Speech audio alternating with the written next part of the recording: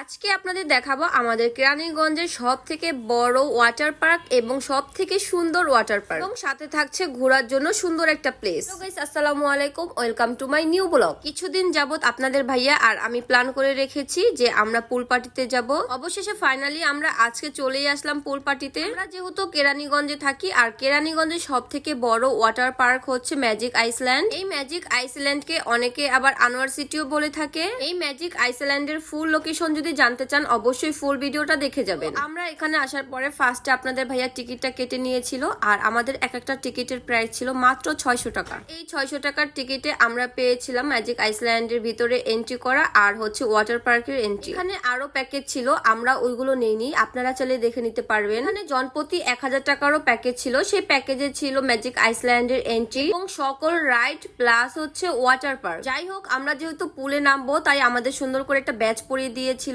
যাতে আমাদের কোনো সমস্যা না হয় তাদের চিনতে যে আমরা হচ্ছে ওয়াটার পার্কে এন্ট্রি করেছিলাম। এই ব্যাচটা পরা থাকলে কিন্তু আমরা ওয়াটার পার্কের ভিতরে এন্ট্রিও করতে পারবো এবং আমরা যখন ইচ্ছা তখনও ওয়াটার পার্কের থেকে বাহিরে আসতে পারবো। এই পার্কের ভিতরে সুন্দর একটা দোকান ছিল, একদম প্রয়োজনীয় জিনিসগুলো বিক্রি করতেছিল এই দোকানে। আপনাদের ভাইয়া এখান থেকে একটা ওয়াটার প্রুফ ব্যাক কভার কিনে নিল ফোনের জন্য। এখন চলে যাব আমরা ওয়াটার পার্কের ভিতরে আর এইটা দেখার জন্য তো আমি অনেক বেশি এক্সাইটেড। মানে আমি কখন ভিতরে যাব। আপনাদের ভাইয়াকে তো আমি বলতেছিলাম যে তাড়াতাড়ি করো, যা কিনা তাড়াতাড়ি করো। ফাইনালি আমি চলে আসলাম ওয়াটার পার্কের ভিতরে। আমার তো অনেক বেশি ভালো লাগতেছিল কারণ আমি প্রায় অনেক বছর পরে এখানে আসছি। আমাকে দেখে যতটা খুশি মনে হচ্ছে আর মনে হচ্ছে না যে আমি ফার্স্ট টাইম এখানে এসেছি, বাট না, আমি কিন্তু এর আগে এখানে আরো 2বার এসেছিলাম। যেহেতু আমরা পুলে নামার ড্রেস আপ পরে এসেছি, মানে আমি এগুলো পরে নামবো আর আপনাদের ভাইয়াও যেগুলো পরে আসছে ওইগুলো পরেই নামবে, তার জন্য আমরা বেশি কাপড় আনি নাই। সবার আগে আমি বাচ্চাদের পুলে নেমে গেলাম কারণ এইখানে আমার বেশি ভালো লাগতেছিল দেখে, বাচ্চারা অনেক এনজয় করতেছিল। আমি ভাবলাম যে আমি এখানে সবার আগেই যাব,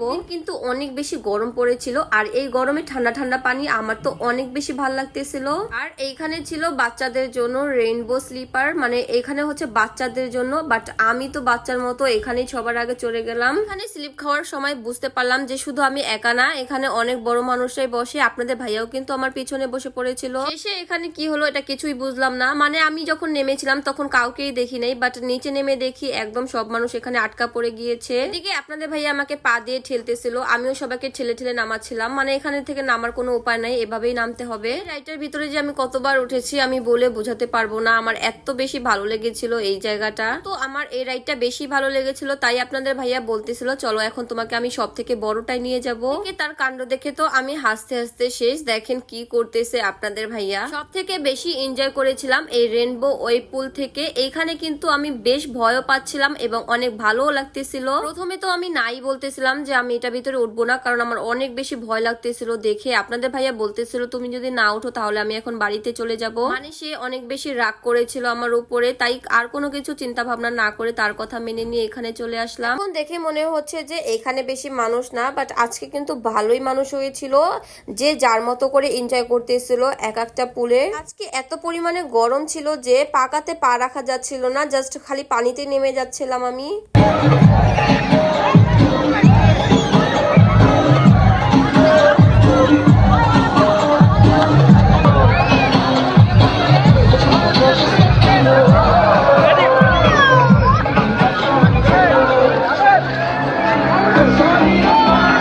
লাইফে এরকম একটা সেম মেন্টালিটির মানুষ পাওয়া কিন্তু খুবই ভাগ্যের ব্যাপার, তাই না? আলহামদুলিল্লাহ আপনাদের ভাইয়া আর আমি কিন্তু সেম মেন্টালিটির মানুষ, আমাদের দুজনের পছন্দ সবসময় একরকম হয়ে যায়। আজকে এত বেশি এনজয় করতেছিলাম, আপনাদের ভাইয়া আমাকে আরো এনজয় করাচ্ছিল, আমার অনেক বেশি ভালো লাগতেছিল। আজকের এই দিনটা ভুলার মতো না। এখন তো আমি আপনাদের ভাইয়াকে নিয়ে কোনো কথাও বলি না কারণ মানুষের বদনজর খুবই খারাপ। কোথাও গেলে এরকম একটা ভিডিও না বানালে তো আমাদের ভালোই লাগে না। যেখানে যাব সবসময় আমরা এরকম একটা ভিডিও বানাবোই। আর এইদিকে আপনাদের ভাইয়া বলতেছিল চলো পানির নিচে একটা ভিডিও বানাবো, আর এই ভিডিওটা বানাতে যেহেতু আমার অবস্থা একদম খারাপ হয়ে গিয়েছিল।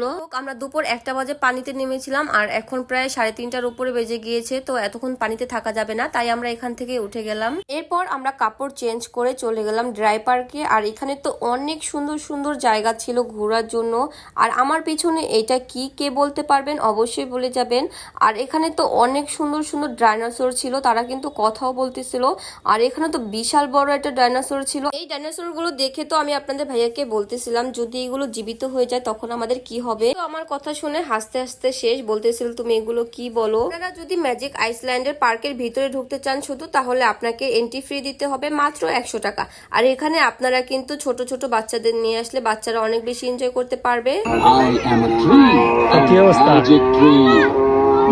এখানে কিন্তু গাছও কথা বলে, তাই না? এগুলো সবই কিন্তু আর্টিফিশিয়াল। এখন বলি আপনারা এই ম্যাজিক আইসল্যান্ডে কিভাবে আসবেন। আপনারা যারা কেরানীগঞ্জে থাকেন তারা কিন্তু অবশ্যই এই জায়গাটা চিনেন, আর যারা না চিনেন তাদের জন্য আমি বলে দিচ্ছি। কেরানীগঞ্জে কদমতলী থেকে আপনারা যে কোনো রিক্সা বা অটোতে করে 40-50 টাকার ভিতরে হচ্ছে আপনারা এই ম্যাজিক আইসল্যান্ডে চলে আসতে পারবেন। আর এই পার্কের প্রবেশ মূল্য কিন্তু মাত্র 100 টাকা জন প্রতি। তাদের এমনিও অন্যান্য প্যাকেজ আছে, আপনারা যে যার মতো করে প্যাকেজ দেখে তারপর হচ্ছে প্রবেশ করতে পারবেন। এখানে কিন্তু বড়দের ও বাচ্চাদের অনেক রাইড ছিল। আমরা কাছে যাই নাই কারণ আমাদের সময় ছিল না, যেহেতু বিকেল হয়ে গিয়েছিল, আমাদের প্রচুর ক্ষুধা লেগেছিল, তাই আমরা আর ভিতরে যাই নাই। তাদের ওইখানে খাবারের পরিবেশটা আমার কাছে বেশি ভালো লাগে নাই, তাই আপনাদের ভাইয়াকে বললাম যে চলো এখানে আমরা খাবো না।